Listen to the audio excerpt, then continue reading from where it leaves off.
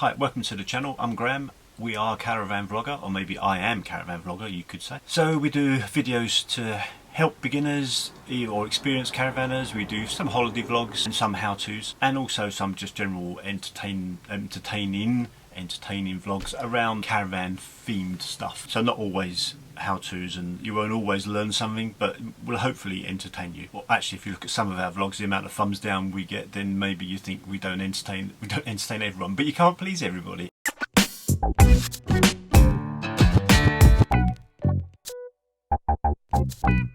If you enjoy the channel and you've watched us before, please subscribe. There's a link down there. I'll always get the wrong side, but I'm gonna go with my gut feeling that it's down there.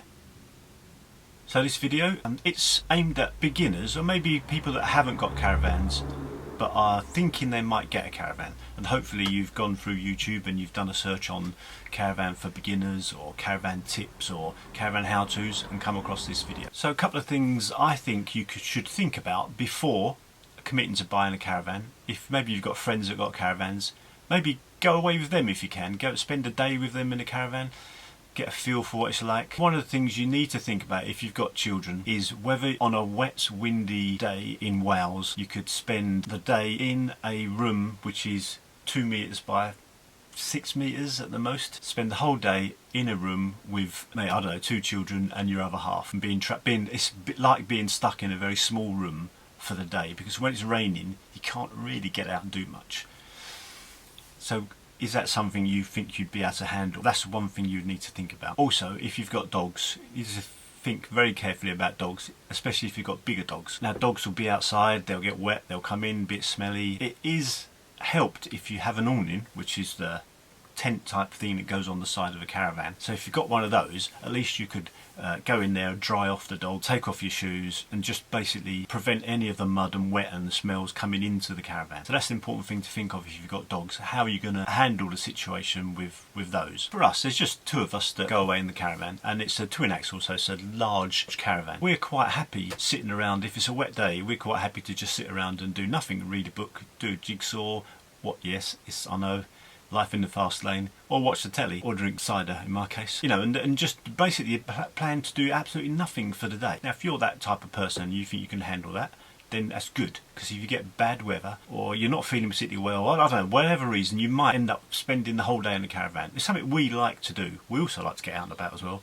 but we are quite prepared to, if the mood suits, just sit in the caravan all day, get up, have a lazy breakfast. In the winter, even in the winter, the caravans have heating, obviously. It's not so much fun in the awning in the winter unless you have a heater and the sun's out. You need to find a way to amuse yourself for the day. Not quite so easy, as I've alluded to earlier, with kids and maybe pets as well.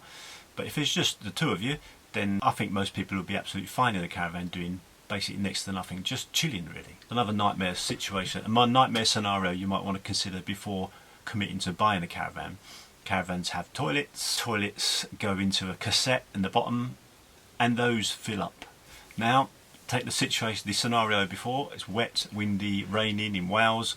Other places have rain as well. I'm not just picking on Wales because it's a W and it's scanned nice. There's a red light on the toilet.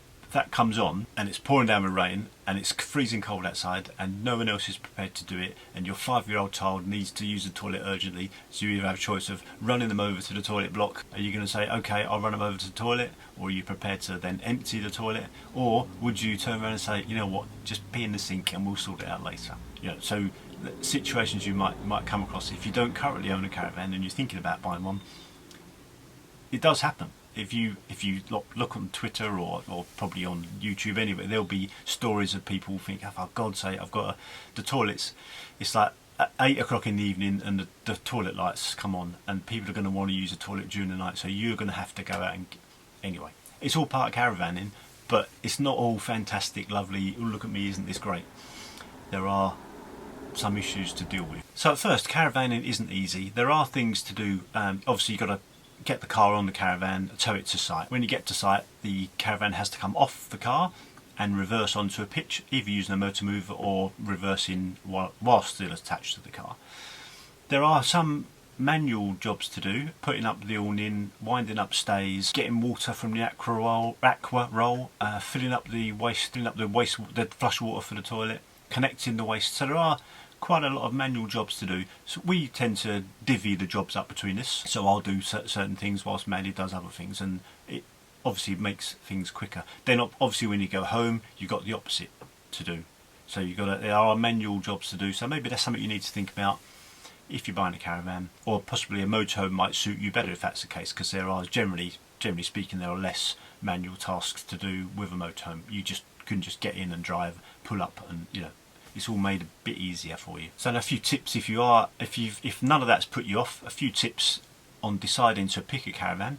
Firstly, and probably the most important, you need to make sure that your tow car, unless you're willing to replace the tow car, your tow car is suitable enough to tow the caravan. So it's all to do with weights. Now there is a video on the channel to do with payloads and MTPLM, which is basically one of these acronyms, caravan acronyms that you need to know to do with the weight of the caravan. So plenty of videos on our YouTube channel. If you just search payload or weights or something, you'll find it, but there'll be a link here and probably in the description as well. So your tow car needs to be man enough, woman enough, suitable to tow a caravan. So probably actually before you even get to that stage, it's sensible to set a budget. This is our third caravan now, and each time we've had a different budget for different reasons. So if it's your first caravan, you're probably wondering, is it best to just buy like a cheap caravan to see if you like it?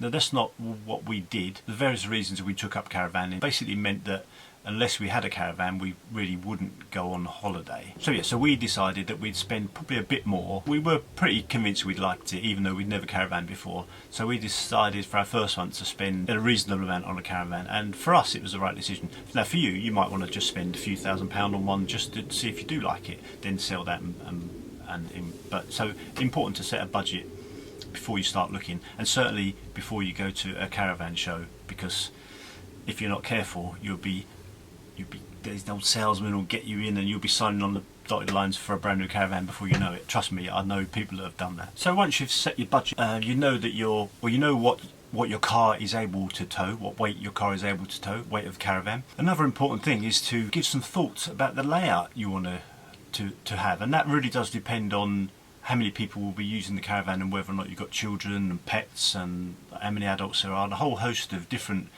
I mean, it's very difficult for me to sit here and advise you on a layout. Now, there are several different layouts, there'll be a rear bed, rear washroom, middle bed. Any combination of bed, washroom, kitchen and lounge is probably available, especially if you're looking at non-UK caravans as well, because they'll interchange where the lounge is sometimes at the back, bed sometimes at the front.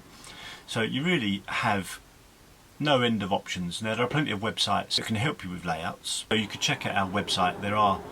There is a ton of information there on various layouts and caravans, so have a look at that. But layout is probably, once you've decided on the budget, the layout is the next most difficult thing to decide on, because you don't really want to make a mistake. And if you buy a caravan that has bunk beds and your kids are quite near to the age where they'll be having their own bed, then you don't want two 12-year-old kids in beds that are big enough for 6-year-olds. So there's lots of things to consider and choose carefully, because you don't want to be in a situation where you might well do this intentionally, where you buy a caravan with bunk beds and in 3 years time you sell that and buy another one with a fixed bed and a dinette or something. So, and with the introduction of 8-foot wide caravans, a lot more suited to young families, and the layouts are even more flexible, I suggest. So that's pretty much all I've really got to say on an introduction to caravanning.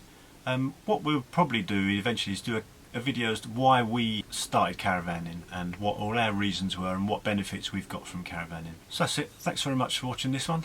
Subscribe if you enjoyed this content and give us a thumbs up. It does help with the rankings on YouTube. Views and thumbs up always help. Thanks for watching. See you in the next one.